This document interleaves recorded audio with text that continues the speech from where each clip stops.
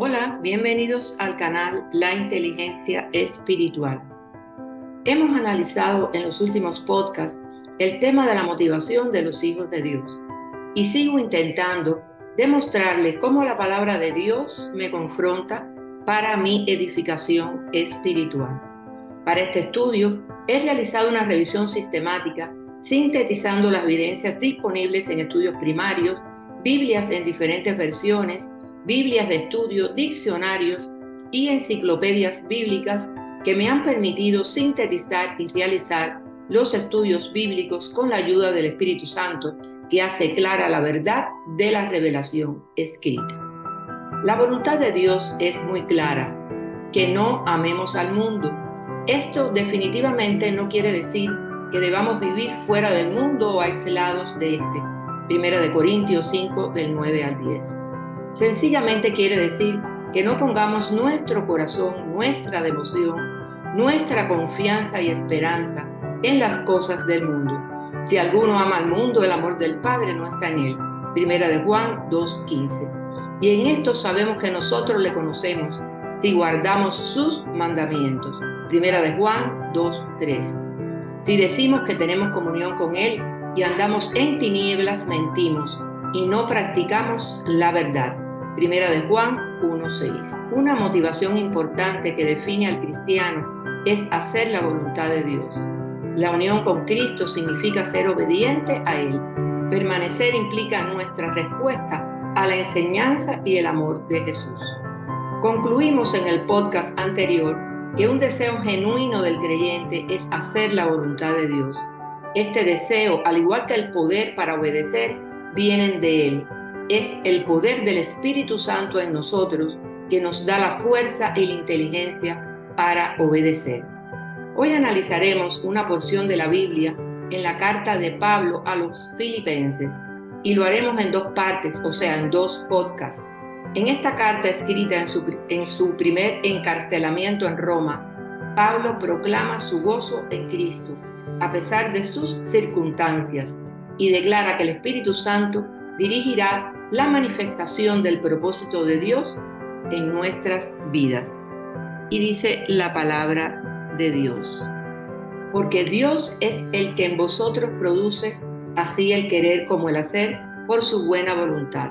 Haced todo sin murmuraciones y contiendas, para que seáis irreprensibles y sencillos, hijos de Dios sin mancha en medio de una generación maligna y perversa, en medio de la cual resplandecéis como luminares en el mundo, asidos de la palabra de vida, para que en el día de Cristo yo pueda gloriarme de que no he corrido en vano, ni en vano he trabajado.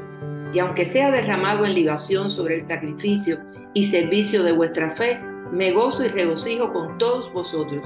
Y asimismo gozaos y regocijaos también vosotros conmigo. Filipenses 2, del 3 al 18. Hoy nos centraremos en el versículo 13, porque Dios es el que en vosotros produce así el querer como el hacer por su buena voluntad. Es importante reconocer la participación de Dios en la santificación de los creyentes, en su divino poder. Es Dios quien produce en la vida de sus hijos el querer y el hacer. Él nos llama a obedecer y luego, mediante su poder soberano, nos da la capacidad de hacerlo. Él nos llama a servirle y asimismo nos faculta para llevar a cabo su servicio. Él nos llama a la santidad y de igual forma nos concede el poder para alcanzarla. Jesús nos prometió: recibiréis poder cuando haya venido sobre vosotros el Espíritu Santo. Hechos 1:8. Recordemos entonces que nuestra competencia para hacer y obedecer viene de Dios. No que seamos competentes por nosotros mismos para pensar algo como de nosotros mismos, sino que nuestra competencia proviene de Dios. 2 Corintios 3:5. El querer y el hacer no se trata entonces de nuestras propias fuerzas. Cuando reflejamos la misma humildad de Cristo y estamos viviendo en su gracia, entonces estamos permitiendo que Dios tenga tanta influencia sobre nuestras vidas que nosotros vamos a querer hacer su voluntad.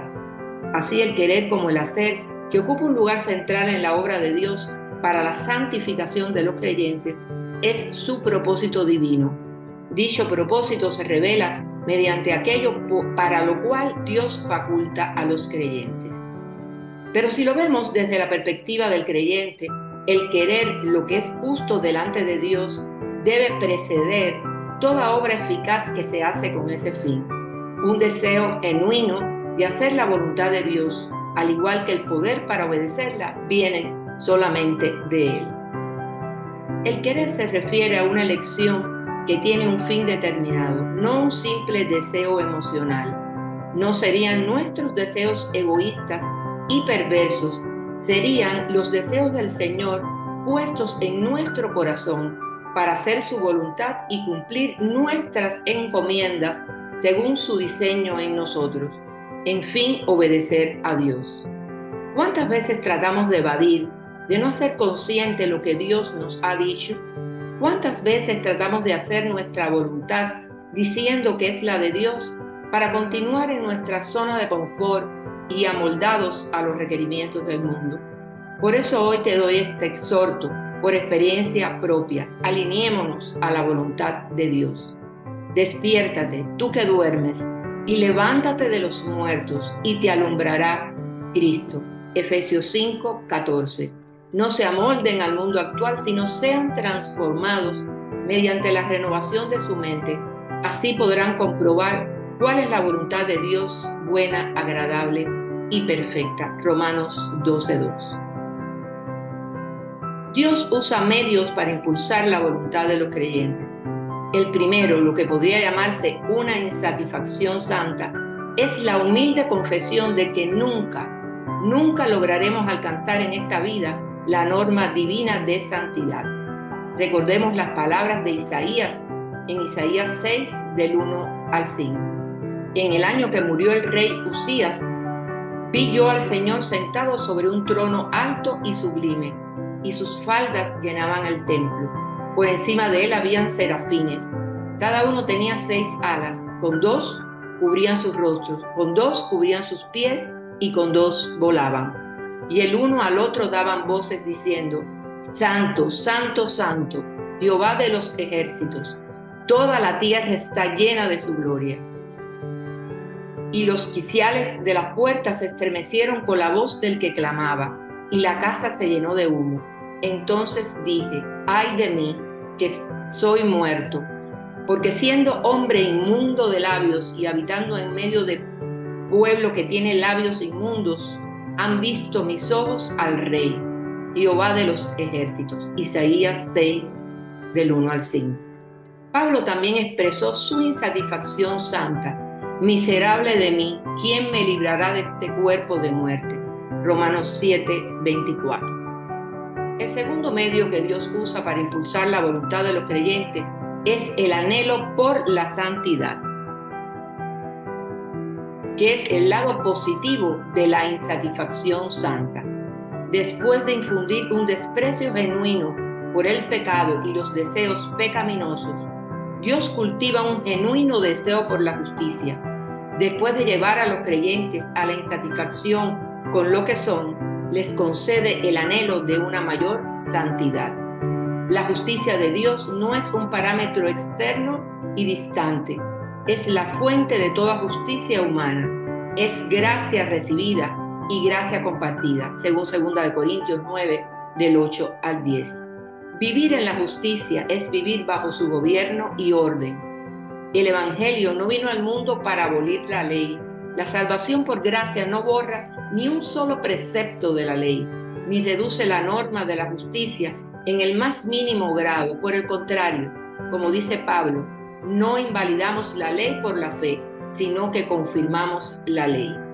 Ante todo, es el deseo de ser como Cristo, de ser hechos conforme a la imagen de su Hijo. Romanos 8:29. Porque a los que antes conoció, también los predestinó para que fuesen hechos conforme a la imagen de su Hijo, para que Él sea el primogénito entre muchos hermanos. En Filipenses, Pablo integra de manera magistral estos dos aspectos, o sea, la insatisfacción santa y el anhelo por la santidad con esta confesión. No es que ya lo haya conseguido todo o que ya sea perfecto, Sin embargo, sigo adelante, esperando alcanzar aquello para lo cual Cristo Jesús me alcanzó a mí. Hermanos, no pienso yo mismo lo haya logrado ya. Más bien, una cosa hago, olvidando lo que queda atrás y esforzándome por alcanzar lo que está delante. Sigo avanzando hacia la meta para ganar el premio que Dios ofrece mediante su llamamiento celestial en Cristo Jesús. Filipenses 3, del 12 al 14. Gloria a Dios. Continuamos la próxima semana. Bendiciones.